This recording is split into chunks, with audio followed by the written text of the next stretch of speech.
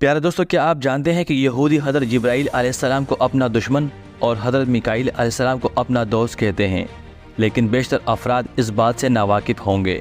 آج ہم آپ کو یہودیوں کے بارے میں ایسے حقائق بتائیں گے جنہیں جان کر آپ حیران رہ جائیں گے۔ ویڈیو کو مزید آگے بڑھانے سے پہلے میں ہوں فضل ملک آفیشیل 92 سے۔ یہودی کبھی اللہ تعالیٰ کی پسندیدہ قوم ہوا کرتے تھے، لیکن تکبر، فرعونیت اور شرک نے ان پر بدبختی کی مہر لگا دی اور اللہ تعالیٰ نے یہودیوں کو دردناک عذاب سے دوچار کیا۔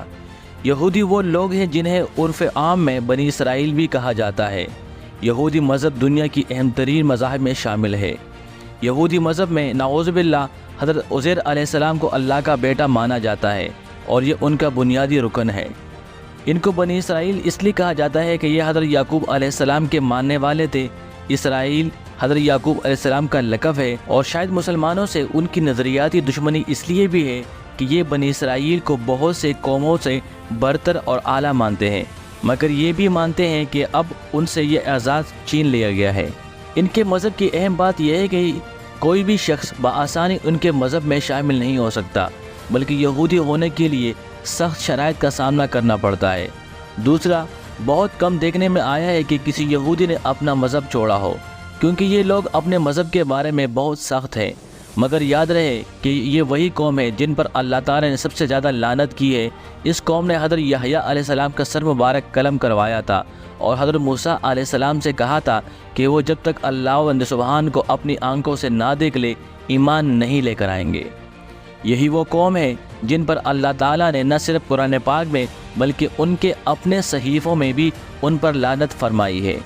ان سب باتوں سے ظاہر ہوتا ہے کہ یہ قوم شروع ہی سے نافرمان قوم رہی ہے اور مسلمانوں سے دشمنی اس لیے ہے کہ ان سے امامت کا حق چھین کر مسلمانوں کو عطا کیا گیا اور یہودیوں پر لعنت بھیجی گئی۔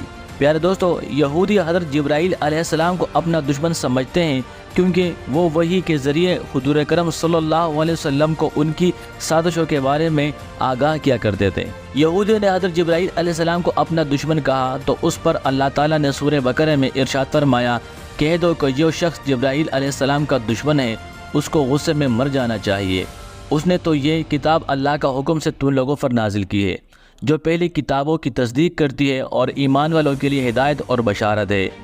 تفسیر ابن کثیر میں آیت مبارک کے حوالے سے لکھا ہے کہ امام جعفر طبری رحمۃ اللہ فرماتے ہیں کہ جب یہودیوں نے حضرت جبرائیل علیہ السلام کو اپنا دشمن اور حضرت میکائیل علیہ السلام کو اپنا دوست بتایا تھا تو اس وقت ان کے جواب میں یہ آیت نازل ہوئی تھی۔ حضرت ابن عباس رضی اللہ تعالیٰ فرماتے ہیں کہ یہودیوں کی ایک جماعت رسول اکرم صلی اللہ علیہ وسلم کی خدمت میں حاضر ہوئی اور کہا کہ ہم آپ سے چند سوال کرنا چاہتے ہیں جن کے صحیح جواب نبی کے سوا کوئی نہیں جانتا۔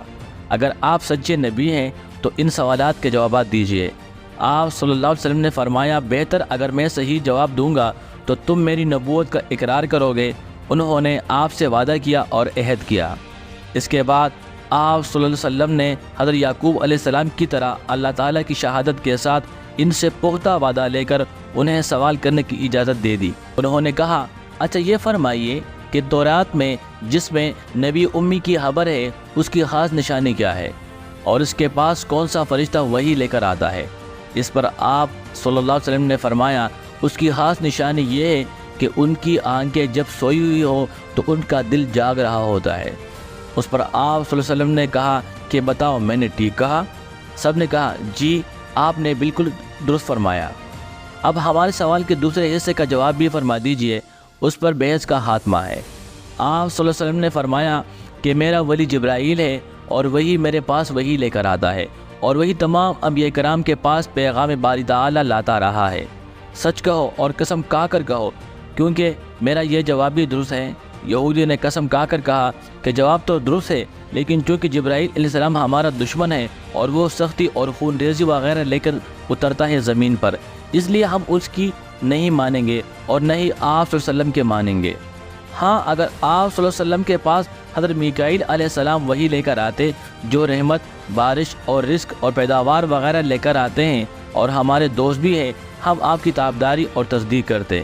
اس پر قرآن مجید کی یہی آیت نازل ہوئی تھی۔ پیارے دوستو، جیسے کہ ہم سب جانتے ہیں کہ یہودی بڑے شاطر اور چالاک قوم ہے۔ یہودیوں کا ایک بادشاہ الیگزینڈر بھی گزرا ہے جس نے مسلمانوں کا بے تحاشا خون بہایا تھا۔ کہتے ہیں کہ اس ظالم بادشاہ نے اتنے مسلمانوں کو ذبح کیا کہ ان کا خون گھوڑوں کے سموں تک پہنچ گیا تھا، جس پر الیگزینڈر نے بڑے فرعونی لہجے میں کہا تھا کہ بلاؤ اپنے نبی کو اور کہو کہ وہ تمہاری مدد کو آئے، جس پر سلطان صلاح الدین ایوبی نے قسم کھائی تھی کہ میں یہودیوں کو بھی اتنا ہی ماروں گا جتنا اس نے مسلمانوں کا خون بہایا تھا۔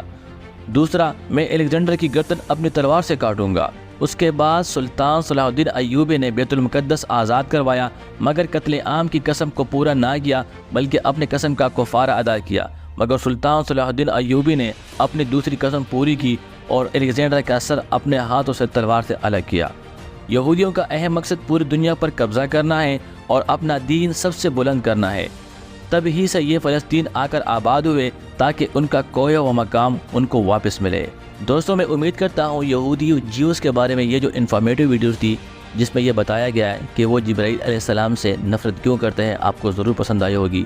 کل دوبارہ ملتے ہیں۔ اللہ نگہبان۔